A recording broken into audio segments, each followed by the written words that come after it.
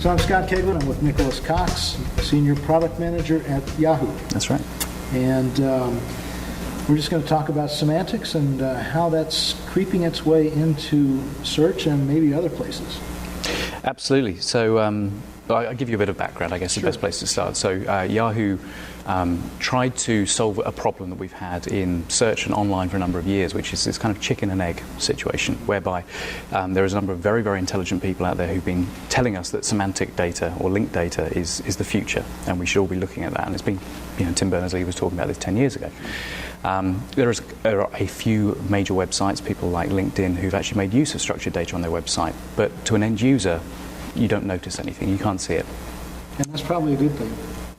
Well, yeah, probably it is. And that's one of the biggest challenges for search engines over the years, is how to make use of all this structured data in such a way that the end user benefits from it, but don't feel they have to jump through hoops. It doesn't become overly complicated, and that's something that Yahoo tried to solve about 2 years ago when we launched SearchMonkey.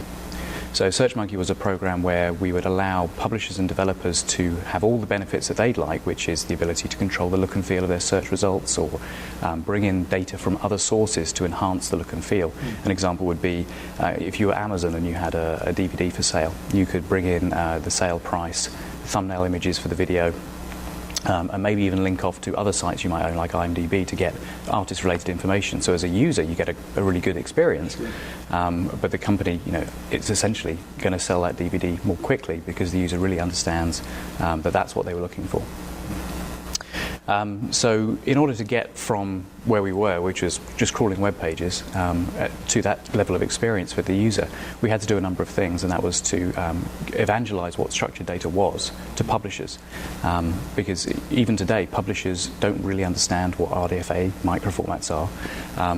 And to be honest, why should they need to? So one of the things we did when we launched SearchMonkey, and Google have done this with their recent product launches, is to publish a schema which describes an intangible object on the web. So that would be a location for a business, or it would be an event, such as this conference today. We'd publish a schema which allows you to mark up that address in such a way that the search engine knows this is an event, and we're going to do something special with that. Right now, search engines are generally limiting what they're doing to a visual presentation that the user benefits from. So you're seeing 4 out of 5 stars for a DVD, or you're seeing a map for an event that's going on. The ability to add it to your calendar, all those sorts of added benefits for an end user are starting to come out.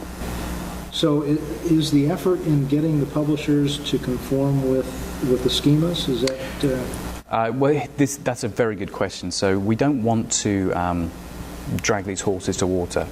We need to work with the publishers, because the publishers ultimately know their data best. Sure. So if you take Yahoo, which is, as a closed ecosystem, we have finance as a property which has an enormous amount of finance data to it. And me, as the product manager for search, I don't understand that data anywhere near as well as those guys do. Sure. So I need to work with them to say, what would be important for your users, people who are coming at a search from a very, very finance-specific start point. They really want to understand everything about that stock price.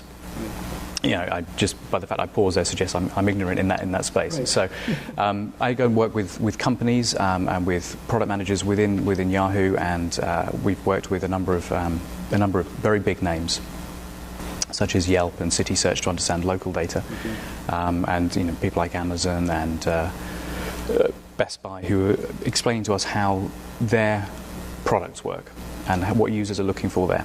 So we're trying to understand what's important in that data. And once we've understood what's important in that data, we're in a position to work with them to build a schema. And in some cases, schemas exist and have done for a number of years. So you can speak to people at this conference who have been pushing various microformats for a number of years, trying to gain some traction. And if that microformat is suited to the data at hand, and that's really what we're looking at, does it match the data that the major publishers and our end users are looking for? Then we'll go with that. So if you look at the published schemas for SearchMonkey, you'll see that we've embraced a number of very popular standards in microformats. And Google are doing the same sort of thing. So we're not just inventing new formats for the sake of formats. The last thing everyone needs is another standard. We'd like to work with the open standards that exist, right? So, do you see this making progress, or I guess maybe better, is there an end point in sight? I mean, this could be a forever kind of a search. Just Yes. to use search in the wrong way. Yeah, no, you're absolutely right. It really could be. So that's one of those big vision questions, which is difficult at this point to answer. To give you some level of the speed we've managed to get things going, and I think that's the important bit for us now, is to get things started, is Yahoo has 12 published schemas to date, which cover very broad topics, like person, place, thing. Google have just announced another one yesterday, which was event, so they're up to 4 or 5 now. So between Yahoo and Google, who are the sort of the leading search engines in semantic technology right now, we're probably dealing with probably most of them overlap, probably about 15 different objects that we've defined. To rush beyond those 15 objects and start defining, that glass or that table over there as something that we need to mark up in a semantic way for the web is more than our end users need at this point. So generic web search doesn't need to go to that level of detail as quickly as it needs to understand locations and people and businesses and organizations. So to say that we will continue defining schemas and launching these every few months from the major companies, I don't think we'll get to that level. I think we'll end up working more in partnership with each other, because there's no point. I like to liken semantic structured data on websites to HTML. Okay. There's no point having a race between Google, Microsoft, Yahoo, Ask Jeeves as well, to define the next HTML. We have a standards body who define that. Then everyone adopts one standard and we all benefit from it. We all have different search results, we all have different look and feel, and we all have different market shares as a result of the work we do. So there's definitely, that's where the effort should be focused.